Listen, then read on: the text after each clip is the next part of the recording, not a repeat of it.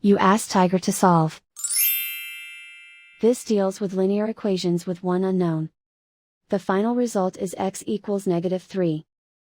Let's solve it step by step. Group all constants on the right side of the equation.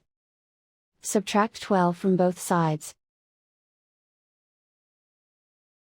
Group like terms. Simplify the arithmetic.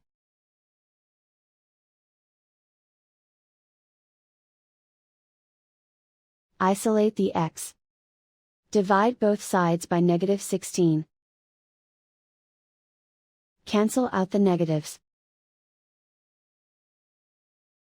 Simplify the fraction. Move the negative sign from the denominator to the numerator.